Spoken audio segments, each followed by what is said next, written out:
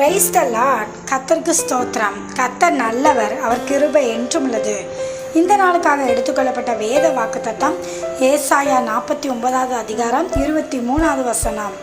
நான் கர்த்தர், எனக்கு காத்திருக்கிறவர்கள் வெட்கப்படுவது இல்லை. ஆமென்.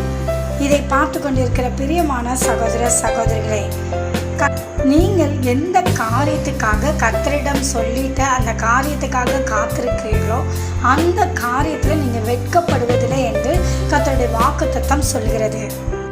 ஆபிரகாம் ஒரு பிள்ளைக்காக நெடுநாளாய் காத்திருந்தான். எத்தனையோ வருஷங்கள் கர்த்தர் வாக்கு கொடுத்தும் தாமதமாகி கிடைத்தது.